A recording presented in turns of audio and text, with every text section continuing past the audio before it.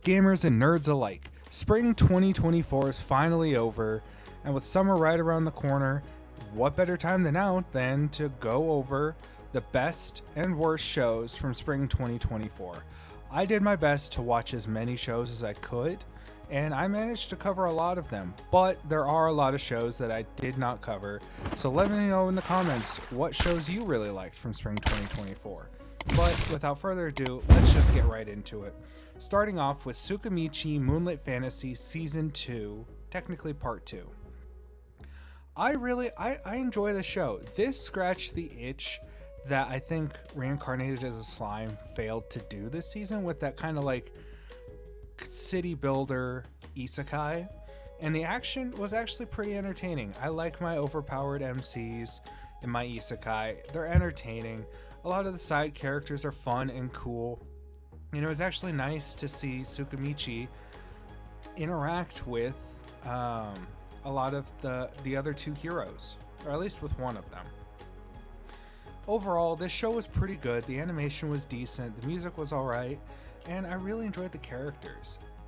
So with it being a fun all-around season, I think I'm going to give this a solid B tier. It was good. It was a good show. It didn't do anything great, but it was a good show. Next, we have The Fable. This Brennan and I watched together, and we watched the first 8 episodes. It had some actually pretty funny moments, but I don't know. The animation's not great, and there were some like still frame stuff that were and I don't know. I don't know how I feel about the main character overall. So with it, just kind of it hooks you and then it lets you go, and it doesn't really try and give you that hook again once you get off of it. So I think it's like very low C tier. It had some good moments though. I'll give it that. Now we have Bartender. Bartender was just such a vibe. It was such a pretty decent show, and it actually had some good character development. I never watched the original from 2006, but from what I heard, you don't see the bartender actually like develop as a person. Like, he always made the perfect drink. He always made the glass of God, that one drink to help somebody deal with whatever they're dealing with and kind of just make them feel at home. And by God, did those drinks look absolutely refreshing.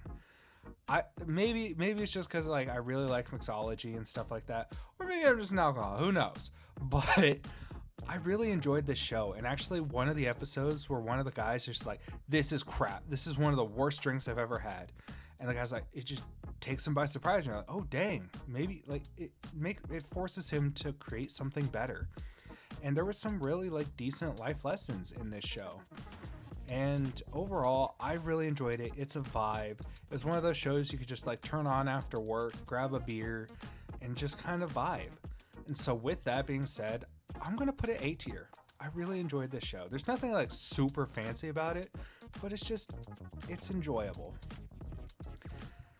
Now we have a really long light novel title. I think it's called Reincarnated as an Aristocrat. I have an appraisal skill, so I rise with that. That's not what it's called, but it's basically Reincarnated as an Aristocrat, and he has an appraisal skill. This was entertaining. A lot better than I thought it was going to be, especially Reeds. He was a really cool character. The animation wasn't anything like outstanding, but like overall, it's had decent world building, and it does something that you don't like. That's the thing with isekai nowadays, and just genres in general, is so many things have been done. You gotta find those shows that do like one thing different, that try and set themselves apart. And this one, he's not good at anything except for his appraisal skill. He can find the people he needs to build his kingdom. So you can see this person has an S rank in archery. This person has an S rank in diplomacy. This person has an S rank in magic. And he's able to use that and use his at least semi-decent abilities to get them to come over to his side and help grow his kingdom. And I found that really unique and interesting.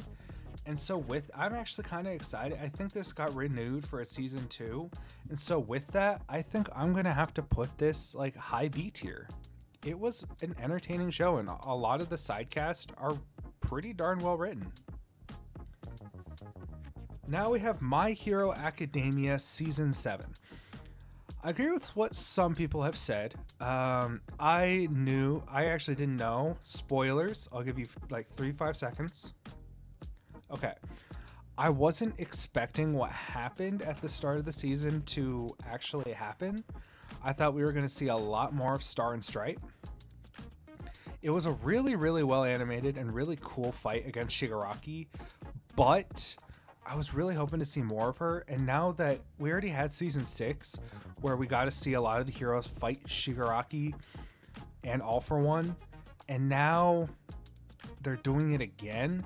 And while I will say the Dabi versus Todoroki fight is really cool and had some good emotional moments to it, I don't know. It doesn't hit as hard as season 6 did. So with that, I think I'm going to put it high B tier. It is entertaining and good still, and there's still 12 episodes left to come out for summer season. But as of right now, unless it does something really special, I don't see this. I think that the best it could turn out to be is like low A, I think. Now we have Oblivion Battery. I gave this one like 5-6 episodes, and I didn't like the main character. He was just too whiny, and I didn't like him. And it had a unique concept too, because it focuses on a battery, a pitcher and a catcher, who are goated. They're two of the best, like one of the best batteries in all of Japan. And then one day the catcher gets like struck with lightning or something, and he gets amnesia and he doesn't remember how to play baseball anymore. But he's still best friends with that pitcher guy who's an absolute beast. But kind of like Shohei Ohtani. But I don't know, he's just, because he doesn't like baseball, he whines and complains whenever he has to do baseball related stuff. And I couldn't find it entertaining. Let me know in the comments if I'm wrong, but I really don't think this was that good. I actually think it's F tier. It was animated by Studio MAPPA, or at least outsourced by MAPPA, but I don't know, I didn't like it. I didn't like it at all. On the opposite end of the spectrum, we have Spice and Wolf, which is a remake of, kind of like Bartender, of an old classic, and it's really good. It's really good. I love watching Hollow and Kraft Lawrence just on their escapades, learning about economics and watching the prices of stuff rise and fall and trying to time stuff correctly and be like, oh yeah, I'm going to buy this because in this town it sells for this, but then when that doesn't happen, I got to do this and sell it for this. And it's so good and interesting. And Hollow is kind of adorable. She is really cute. And her interactions with Kraft are they're just adorable all around. So, and on top of that, the soundtrack is beautiful. It's a beautiful soundtrack. With that being said, I'm going to put it high A tier. It was a good show, and I highly recommend watching it. And there's still a second cour coming out this summer season. Now, I think we all know where this is going, but we have Delicious in Dungeon, Season 1, Part 2, basically. A second cour. This show is one of the best fantasy shows I have actually ever watched. It's up there with Frieren in terms of like just pure fantasy. And it's so entertaining, and it's unique in the fact that you watch these people and you have all these mythical beings that you see all the time in fantasy. Griffins, mermaids, dragons, all slimes, all these things, and they do a unique thing. We're like, all right, yeah, we're gonna eat them, and they focus on the ecosystem as well, making sure that they don't take too much or leave too much, and that everything is balanced. And you learn all about the dungeons and the people outside the dungeons and how the dungeons came to be. It's such a good story, and I'm really sad to find out that there's not actually that much left of the source material. So there's going to be like one more season at best. But it's such a good show. And I'll be honest, Damien Haas does a really good job at Laos. He does a really good job. All around, this show is entertaining. Studio Trigger, hats off to you. This is an S tier. Now we have Untamed Memory. I still have 2 episodes left of this to watch. I feel like it had pacing issues. That's my biggest problem with this show, is it felt like it would go really fast and then stop, and then it'd be really slow, and then speed back, like just light speed ahead, and then stop, and then light speed ahead. And it just, some of the things just didn't feel fluid, I guess I would say. It looked okay. It didn't look great. It didn't look bad. It had an interesting concept. But the problem was solved by the end of like episode 8 or 9. And I don't know. It started to lose me, especially with those pacing issues. So with that being said, I'm going to put it bottom C tier. Now we have King and Ashura. I think it's season 2, part 1. I like this show a lot more than I thought I would, because I watched it. You can see in our other video recently with the top 5 best and also top 5 most disappointing shows. I think that was one.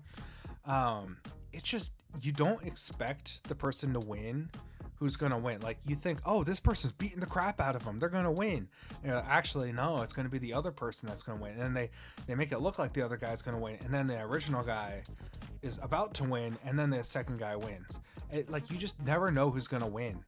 And the action's actually pretty darn decent for CG fights. It does take a little getting used to, but it's entertaining, and I actually can't wait for the next part to drop in August. So I think I'm gonna put this B tier. It's entertaining. It's a good show. Now we have a difficult one in Viral Hit. This is one kind of like Fable, in the sense that like it hooks you, and then you're like, I don't really like this. I don't like the characters. And then it hooks you again. You're like, oh dang, this is actually kind of cool and interesting. And then it loses you, and then it hooks you. And then it loses you, and I'm at the part where it lost me, and I'm really finding it hard to get back into it. It's not bad. I don't know how the manhwa people who read the manhwa feel about it, or the webcomic. It's one of those middle of the road shows. I'm gonna put a D tier. It's not good, but it's not like Oblivion Battery egregious. Now we have the Archdemon's Dilemma, How to Love Your Elf Bride. This actually I liked a lot more than I thought it would. It follows a guy, a sorcerer, where there's a new opening in the Archdemon slot. There's 12 Archdemons, and one of them dies. And he ends up becoming one of the new Archdemons. And one of the things that the last Archdemon had was this elf girl as a slave. And he buys her because he's enraptured with her beauty, and then he ends up just falling in love with her. And they have such a cute and adorable relationship. And honestly, the animation and the action scenes caught me by surprise. They're a lot better than I thought they would be, but their relationship together is just so wholesome. And it's wholesome Stockholm Syndrome, which is a really bad thing to say, but it's a good show, and I highly recommend people watch it. So I'm actually going to put this high B tier. Now we have one of the new faces of the shonen genre in Kaiju No. 8. This is actually pretty darn good. I will say, because I have read the manga before watching this, the character models are not exactly what I would like them to be. They do feel a little loosey-goosey and not as polished, or I guess as intimidating as some of the characters look. They did get the kaijus right. The music's fire, and the action scenes are very well choreographed, and some of the shots look really cool. Production IG did a great job. The writing is okay. It's not bad. And Kafka, I agree with what Garnt said in the fact that I do wish they did more with the fact that he's like in his 30s, because he does act like your typical like teenage shonen protagonist. So I wish they would do a little bit more in like maybe showing his maturity. But all around, it's a good show, and there's a lot more cool action coming in season 2. Speaking of cool action, Demon Slayer season 4. Now, yes, this was just a training arc, but big emphasis on the but. That last episode, I think, carries us almost to S tier. That's how hype and good it was. It was the last episode of the TV version of Demon Slayer, because the rest of the arcs are going to be covered in a trilogy of movies, which I think is kind of what they did with the Fate Stay Night Heaven's Feel movies. And UFO Table, wow, are they just amazing at animating, and music too. But good lord, their animation, the CG looks almost realistic, especially when the mansion exploded. All around, like, of course, the first time we see Gyome fight, it's against Muzan. That just shows how good he is. And by God, he almost put that Tengen fight against Gyotaro to shame. Like, that was some beautiful. And then them falling into the Infinity Castle, Zenitsu with his eyes closed, ice cold blood in his veins. Oh my God, that just has me so high. Fucking Inosuke, all hype and excited to go down there, about to have one of the most, I'm not gonna spoil it.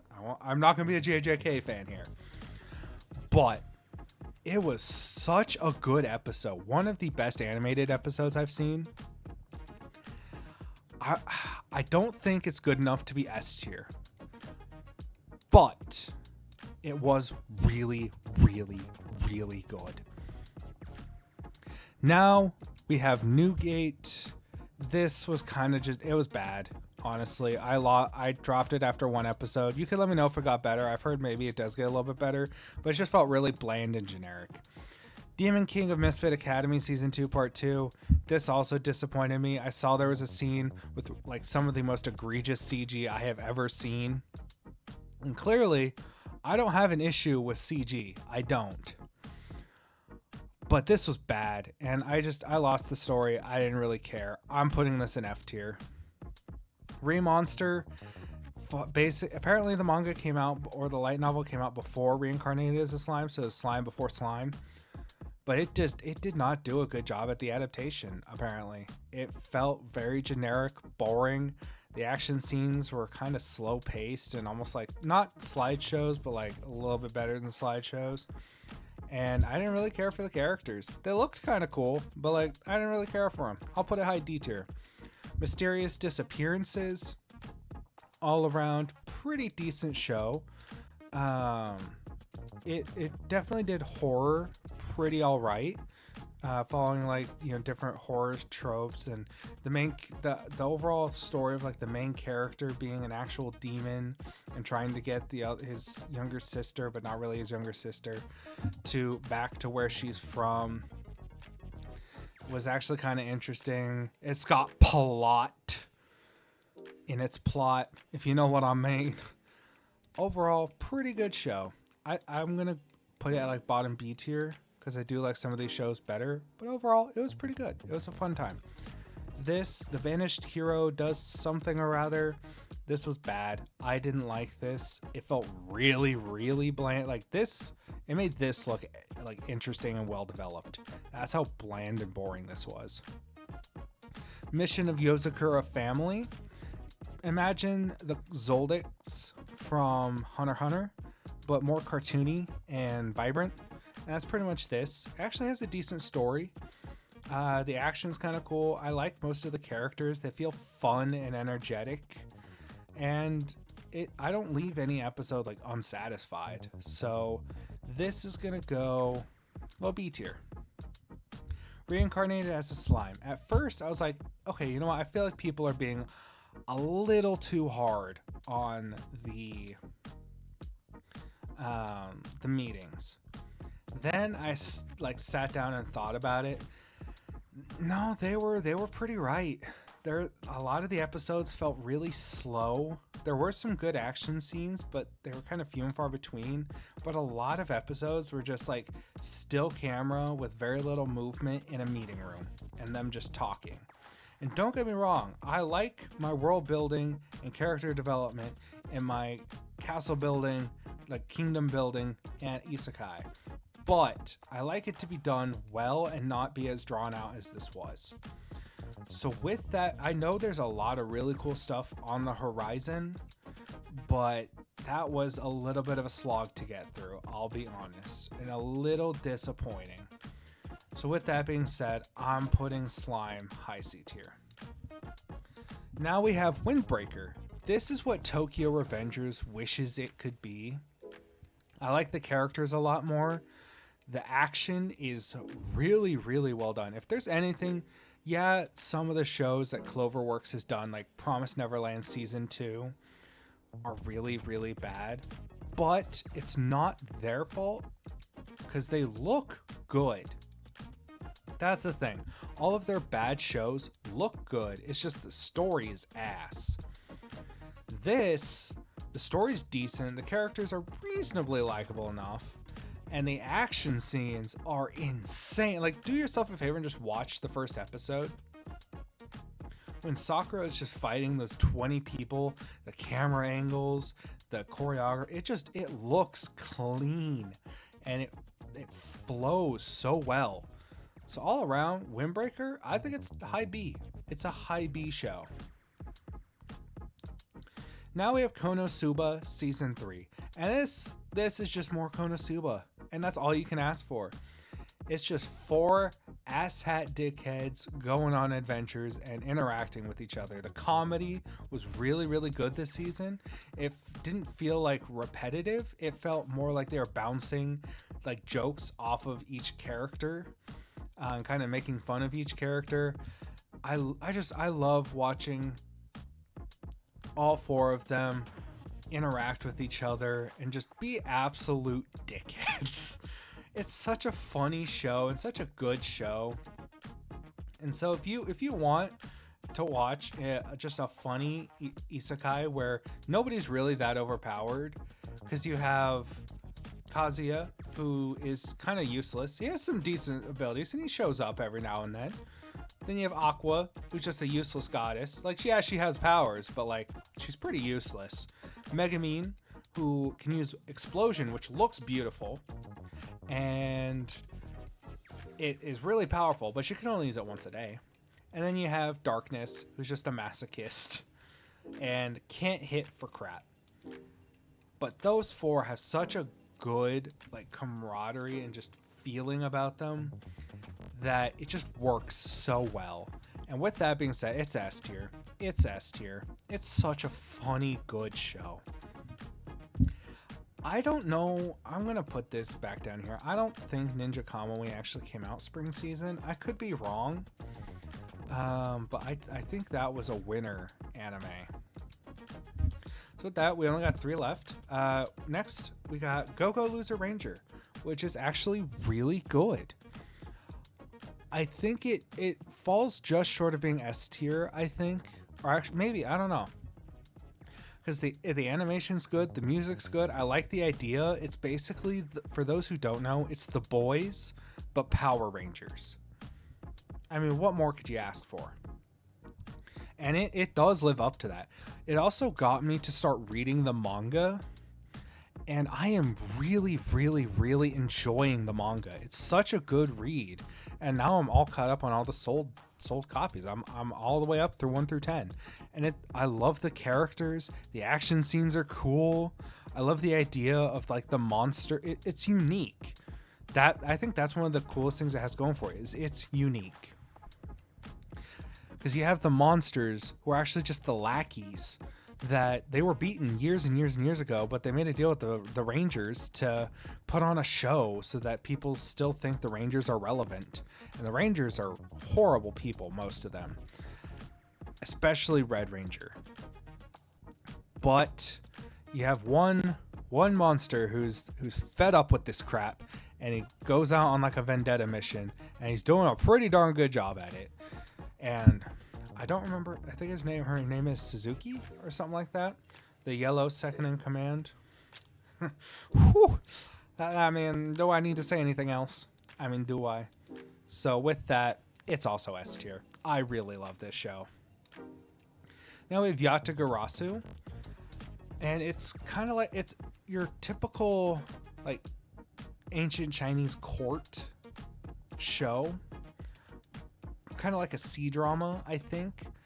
But I think it has enough uniqueness with the fact that like they can turn into ravens and stuff like that. The characters are reasonably likable. It has good intrigue. There's a decent twist in the middle of the season. There's still a little bit more left. I think there's about 8 episodes for summer. But as of right now, it has me hooked. I'm intrigued, and I didn't expect what happened in the last episode to happen, and so it always keeps things fresh. It's not as good as Apothecary Diaries. That's an amazing show, but I think it does a reasonably good job, and I think it's another pretty high B tier. Now we saved the best and most controversial for last. We got Mushoku Tensei Season 2 Part 2. Now, oh boy, this is a tough one, because we'll start episodes 1 through 10, absolutely amazing. They make like the character writing and the world building some of the best you will ever see in fiction. I will say that right now. It's like when Norn is locked away in her room and won't come out, it feels so real. And when, I don't remember her name, but when that one mage who's working on the teleporting circles, when she has her breakdown, that scream, it felt so human.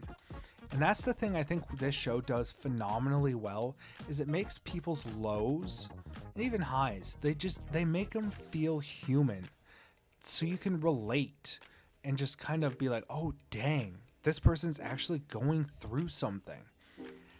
And there's consequences for a lot of actions. Like Rudius is not a good person. He does a lot of bad things.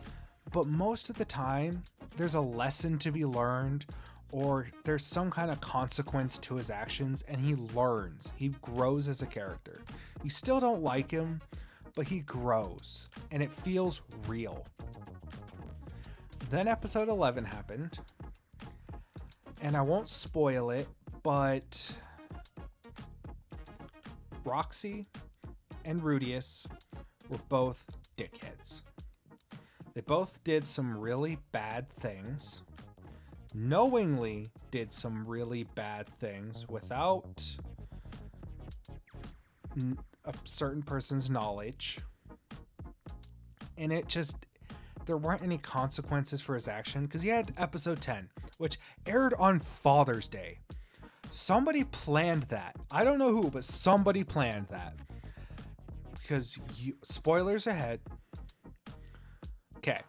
You watch Paul die in one of the most gruesome ways possible. It is a beautifully animated episode. Outstanding animation. Like, holy crap. My hat is off to them. Wow. And then you watch Paul die. And then you watch Zenith basically have her entire memory gone. And Rudius is just devastated. His soul is gone. And they basically resolve his dealing with his dad in like an episode. It felt cheap. This show, I think one of the things it does very well, like that and also like it going down the harem route makes sense for Rudius's character.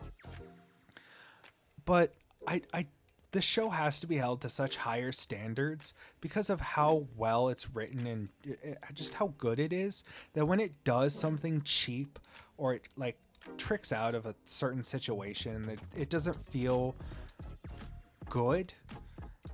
It's a detriment to the show. But the season finale did kind of make up for that with Norn's reaction to the whole thing and her like losing her crap on Rudy.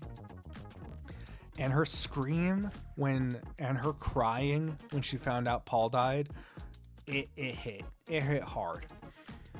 There was a little bit of resolution. I still don't feel good about it. And it just, I don't like the whole thing. I don't think it was handled very well. But I'm still interested to see where this show goes. And apparently some of the best action scenes are yet to come. And the show does do a really good job at world building and stuff like that. There are issues, especially with episode 11. And Rudy is not a great character, but that's, I think, one of the greatest things about the show is a lot of the characters are flawed and they feel real. Rudy more flawed than most. I'm gonna have to put this high A tier. It's a really good show. I recommend it, but be warned that Rudy is a very flawed character and does some things that are not that morally okay.